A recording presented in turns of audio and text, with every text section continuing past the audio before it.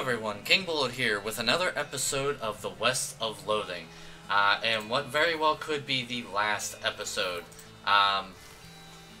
There's not much left that I can do. I'm pretty sure I've finished most of it. Let's talk to... Am I forgetting anything?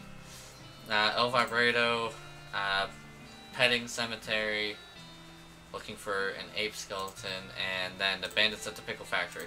And that's it. And I don't know what exactly I'm supposed to do at the professor's house, but we'll go talk to him real quick, see what we can find out. Hey, how you doing? Oh, leave him alone, I guess. Fabricate a key. Fabricate a key. I don't know. That's all I know that I can do in there. So, I guess... Do I have any lock picks, needles, whatever they are? No, I guess I could kind of roam around until I get a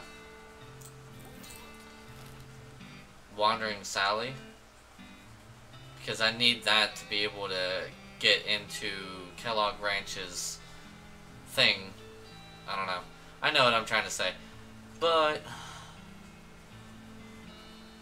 did I ever... I'm pretty sure there was something I could do in Alexandria Ranch. Let me go check. Ah! You bet. Look at that. Perfect. Exactly what I was looking for. And you have no needles. Disappointment! Well, then we're going to Frisco.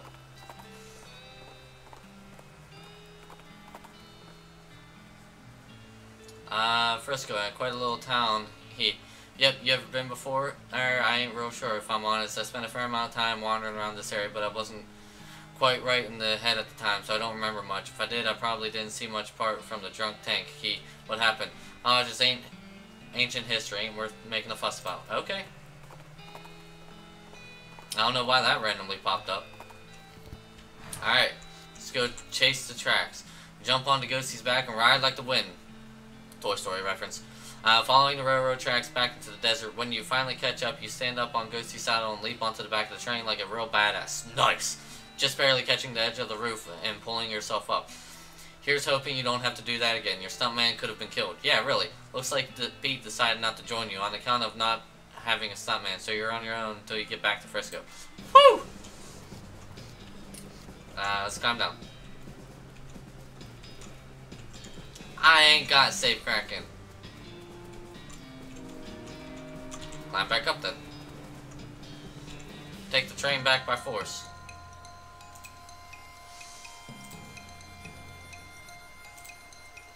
Alright, let's take them down.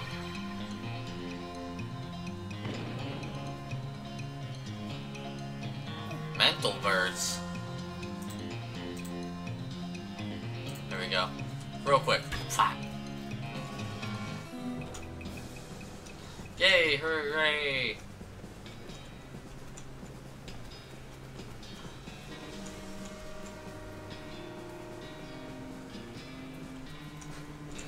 I should be reading these up. It's like, oh, somebody built a bridge around these cars. This is very safe and not pain-inducing. I don't have 50 moxie. What's my moxie?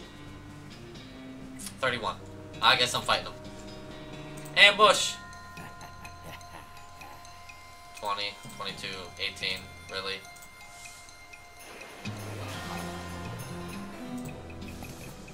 Dining car key. Cool. Unlock it. Investigate. Ooh, wait.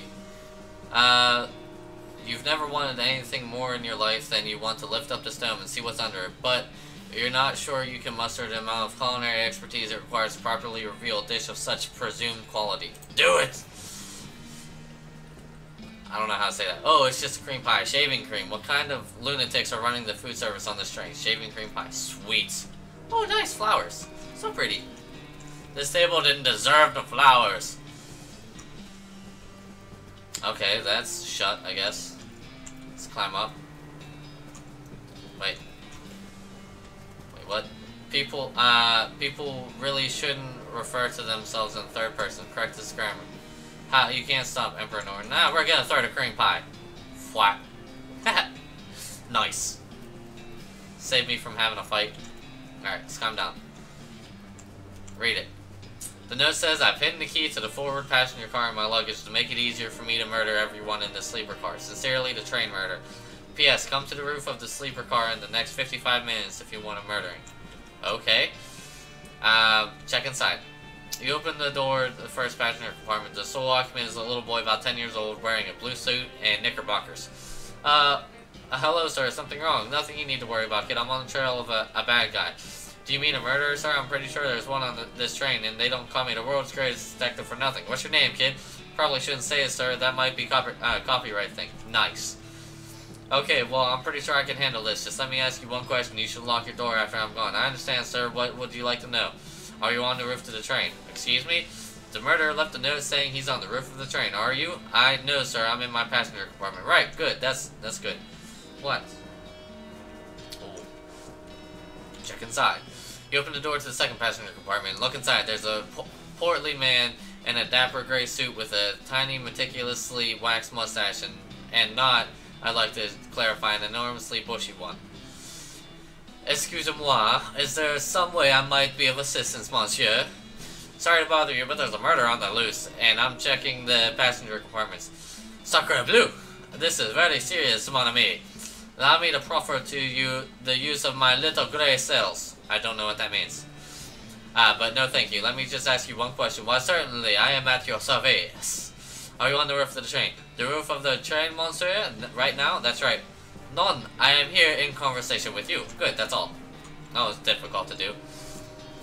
You open the door to the third passenger compartment and find nobody inside. Since the note from the murderer said he was going to be on the roof of the train, that means he couldn't be in this passenger compartment. And since there's no one inside this passenger compartment, whoever the compartment belongs to can only be, by process of elimination, be on the roof. Which means the person who rented this compartment must be the murderer, probably.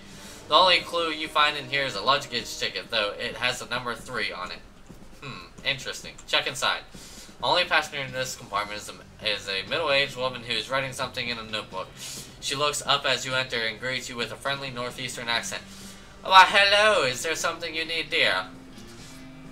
Sorry to bother you, ma'am, and I don't want to alarm you, but there's a murderer on board the train I'm investigating. A murderer on the train? Ah, goodness. That would be a wonderful premise for my next novel.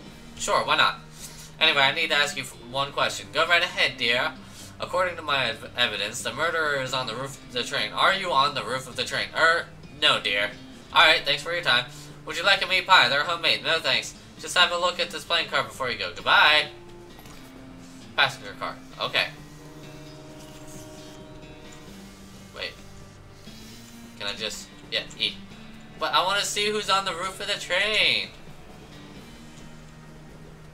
Charge them. Murderers are bad.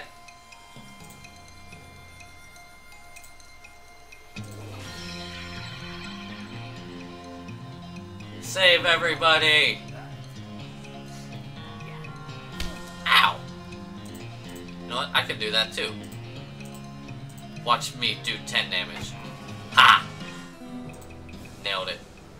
You rifle through his pockets. They're empty except for his luggage tag. Turns out his tag is number 3. Hooray! I kind of already knew that, so I probably didn't have to kill him. You finally make it to the passenger car, one car back from the locomotive, which may be confusing if you thought locomotive meant the entire train, so I could just say that the engine, except that also refers to the engine itself, that is the actual steam engine that makes the train go, not just the frontmost car of the train. Anyway, you're in the passenger car.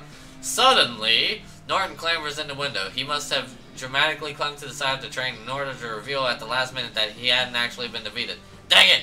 He runs into the frontmost car of the train and locks the door. What a jerk. Maybe you could get some of the passengers to help break the door down and arrest him. Or maybe you could kick the door down and shoot him until he can't bother anybody anymore. Up to me.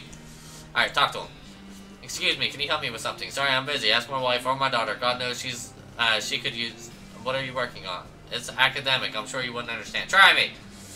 Sigh. If you must know, I'm a scholar of foreign antiquities. I'm attempting to resolve this ancient conundrum from the Far East. He shows you a sheet of paper covered with little boxes, some of which have numbers in them. Solve it for him. Oh, it's a Sudoku. I love Sudokus. My little brother thinks they're for babies. What? Look, this box can't be 3 or a 7 because you got those there and there, and so it has to be a 4, which means it's 5 here and 9 here. And if that's a 9, then this can't be, so it's a 7, this one's a 2. You quickly fill in the rest of the puzzle. Well, damn it. What fun is it if you just solve it for me? Sorry, will you help me break down the door to the engine and arrest the Emperor? Well, I guess I've got nothing better to do now. Sweet! The woman just ignores me. Talk to him. Hey, buddy, you okay? Percussive maintenance. Okay, I'm not even gonna read that. That looks like a bunch of gibberish. Okay, talk to you. Excuse me, ma'am. Whatever it is, I want no part of it. I keep to myself, and I have no desire to get involved. Thank you very much. Come on, this is important. A crazy guy stole the train. I need help arresting him, or we'll never get to Frisco. I'm sure everything will sort itself out in the end. In the meantime, I have plenty of wool. Leave her alone. Okay. Talk to him. Hi, excuse me. Huh, what is it? Crazy jerk calling himself Emperor Norton has hijacked the train, and I need volunteers to help me bust down the door and arrest him. I see. And? Will you help me? No, I'd rather not. This sounds quite strenuous, perhaps even dangerous. Come on, please! No, I don't think so. I'm quite comfortable here, and I prefer to avoid stress. Pretty please? Again, no. I'm supposed to avoid things that might raise my blood pressure. What about with sugar on top? Sugar is one of those things. What about gravy? Gravy is another. Look, please just leave me alone. Please, please, please, please, please, please. No. Please. No, please. No, please. No, stop that. I said no. Stop asking. You're really getting on my nerves. I'll stop asking if you say yes. No, damn it. Please. Alright, God, fine. I'll help you. Just leave me alone. Sweet. Man is too busy ignoring his daughter to ignore you. Nice. Hi there. Busy? No, all my toys and friends are in our luggage and it's boring and I hate it. Do you want to help me out with something? Huh, like what? Well, the bad guy took over the engine and I need some people to help me break down the door and arrest him. What, mister? I'm just a little girl. Hey now, that's not a good attitude. Don't ever let anyone tell you that you can't do anything just because you're a girl. That's right! But, okay, well, let's bust that crook's face in. Well, that's the spirit. Well, you gotta pay me for it in advance. You're learning a little too fast. I like stuffed animals. I'll be right back. I don't have a stuffed animal. Let's talk to you. Excuse me, ma'am. Yes, a crazy psycho has taken over the train's engine car, and I need volunteers to help break down the door and arrest him. Oh my, I certainly couldn't be of any help. I'm very conflict adverse. What if I told you he hates birds and is determined to outlaw them from the territory after he seizes power? That's very sly, but I know you're only saying that because you saw the book I was reading. Yeah, you got me there. Any other ideas to convince me? Suddenly you hear tapping at the passenger car window. What the? Russell! You open the window and your pet crow Russell flaps in and perches on your shoulder. Hey buddy, good to see you. Caw! Oh my gosh, what a beautiful crow. And he knows you? Oh yeah, sure. We go way back. Right buddy? Caw! I rescued him from a cab when he was only just out of the nest and I raised him as a pet. I set him free when I left home recently. But what is he doing here? Has he been following you since then? No, he probably just happened to be flying and spotted me on the train and recognized me. Crows are very crazy smart like that. That's amazing! Oh, what I wouldn't give to have an avian friend like that. Well, I'm gonna still be doing a lot of traveling after this, but I figure I can't really drag Russell along with me. But I bet Russell wouldn't mind being pals with a nice lady in Frisco who helped save the train. What do you think, Russ? Russell calls and flaps over to perch next to the lady. He lightly pecks at her shoulder in a friendly manner. Caw! My goodness, how could I refuse? It's a pleasure to meet you, Russell. My name's Annabelle. Awesome, I'll let you know when we're ready. We're doing it. Confront Norton.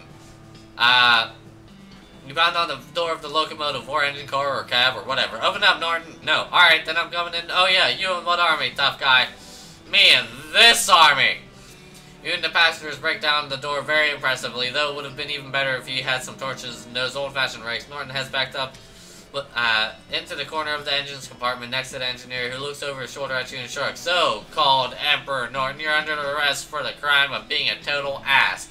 That's not illegal. It is when I'm in town. Right. Actually, if you could turn around, everyone grab him except you, Mr. Engineer. I can see you're busy driving the train. Right. Actually, if you could turn around and head back to Frisco at the next station, that'd be great. No problem. Ow, let's go. This isn't over. You haven't heard the last of me. Tell that to the judge, Norton. The prison judge. Yeah, we're in Frisco. You did it, boss. Thanks, boss. No problem. We got the track laid right up to the station now. The first ever cross-territory railroad thanks to the Manifest Destiny Railroad Company and principally you. You did a real good job, Kingbullet McMurtry. Aw, shucks, don't mention it. It was all in a day's work times 3,000 something. I don't know. This has a one-way train, so there's no sense in going there now. Okay. Now playing the final cutscene. I don't know if I'm gonna go in there yet. Hey, how you doing? Look at that. Howdy, welcome back. What have you... What can you tell me about Frisco?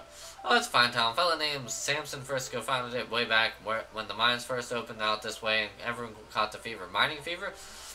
Yep, you kind of get from breathing too much. Frisco was a doctor, you see. Ah, gotcha. Well, bye-bye, barman. Well, I don't know. It kind of seems like that's the end there. Well, let's go see the final cutscene. Looks like somebody on that train got a job as a projectionist. Would you like to watch this movie? It's free because movies have only recently been invented. Nobody has figured out what that they can charge for them yet. No, doing this will not change anything about the world or your character. When the cutscene is over, you'll still be right here and you can keep playing if you want. Show me that final cutscene. Some folks say endings don't matter. But other folks, they like to know how things turn out, the consequences of their actions. Like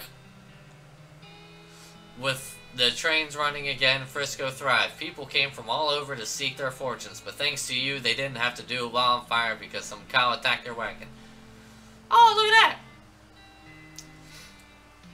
Just so many people, all miserable, except for that guy. That guy's happy. And that girl. He's grumpy. He looks like he's from the bread factory. Alright. With the railroad completed, Norton ousted. Smee found himself out of a job, but in of an opportunity. After being elected mayor, he managed the growth and infrastructure of Frisco with compassion and pragmatism. In 1944, Frisco was named the most reasonable city by the Tuesday Evening Post. Okay. Oh, is that the town hall? Oh, Smee! I guess I gotta call you Mayor Smee now. Does that mean I answer to you? I don't want to answer to you. I was your boss. Okay. With all the nearby mines operating, his lifetime's worth of geological knowledge made Pete an extremely valuable player in the new economy. He settled down in Frisco and opened an assaying office, and I know... Oh, I didn't read all that. Whoopsie. Oh, he opened up oh, hey, you want to see if it's worth anything, office? Okay, I accidentally hit a button.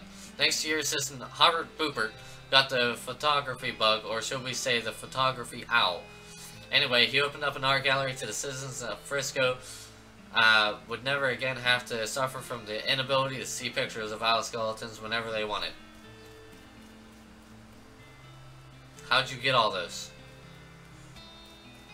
Okay. Kurtz left the fort and set up shop in Frisco. His fitness club group skyrocketed in popularity. The growth was entirely due to the word of mouth because the first rule of Kurt's Fist is you cannot stop talking about Kurt's Fist. Fight Club reference, but backwards. Yeah. Kurt's till it hurts. No Kurt's pain, no Kurt's gain. I mean, what exactly are they doing, to be honest? Okay. You solved all of Redwood's problems. With the increase in morale and civic resources, they were able to clear the weeds from the road and fix the well and broken hitching post. There was even enough left over to give the mayor's office a new coat of paint, refresh the facade on the buttery biscuit, and add a second story to the bunkhouse. They even managed to get that horse into rehab. Nice! Look at you! Oh, nice and beautiful, and that is huge. And it's itchy. Oh, look at you! You're not drunk no more! Congratulations! Chuck continued to run his blood and breakfast without incident, accident, scandal, or allegations for many years. I mean, the news is something that I'd be like, it might be something that you want to take down. Whatever. You won 4 of the reenactment scenarios at Fort Memorial. They still talk about you. Remember when that King Bullet fella came through here? Yeah, he was really, really good at this game. Do we have any more root beer? Is that it? Okay. With your help, Roy Bean's Jelly Bean Museum became the talk of the town. Well, first they had to build a town nearby, but once they did, hoo-wee! Oh, look at you. I don't know why a Jelly Bean Museum would be popular. I mean, okay. Cool. Good for him. You're remembered as the local hero in Dirtwater. Thanks to your efforts, it became twice the town it was before you got there. They even put a statue of you on the main street. You washed away the first time it rained because they made it out of salt, but still, it's the thought that counts, right? Yeah! They're still sleep fighting. All these years, still sleep fighting. That good old spittoon. Look at everybody, they're just so happy. Still selling your slop, huh, buddy? It's so packed in there. Glad it wasn't that packed when we went there. Alright, let's keep going. As for you, after your adventure, you settled in Frisco and bought a very long, very narrow house. You filled it with souvenirs of your exploits and started an antique hat rack collection. Cool. When you left home, you told Rufus you wanted to help people. Over the course of your adventure, you helped 49 people. You weren't whistling Dixie when you declared your intentions. Dang tootin'. If you had been Catholic, they definitely would have sainted you, and if you had asked. But you wouldn't have asked because you wouldn't have wanted to be any trouble. Oh, look at that. I got some hats there. I missed a lot. Jeez. Wow, I missed a ton. Where did I get those then?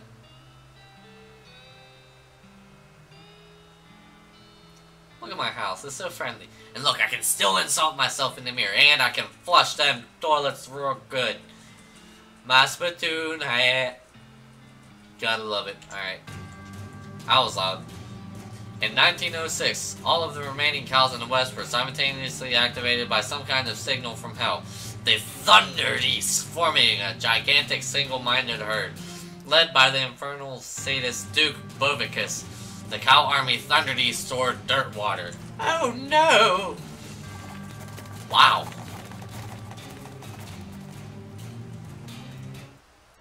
Fortunately, a gang of rodeo clowns swept in at the last minute and slaughtered the herd just before it reached Dirtwater. Unfortunately, all of the townsfolk of Dirtwater had a hard time sleeping for pretty much the rest of their lives. Seriously, it was a grisly sight. I can imagine. 420 years later, deep beneath the ground, ancient machines silently stopped doing the things they were built to do. It's probably fine. You and everybody you know are dead by then, and most of humanity has moved to space. Still, though, it's a shame about the planet. There were some cool bars there.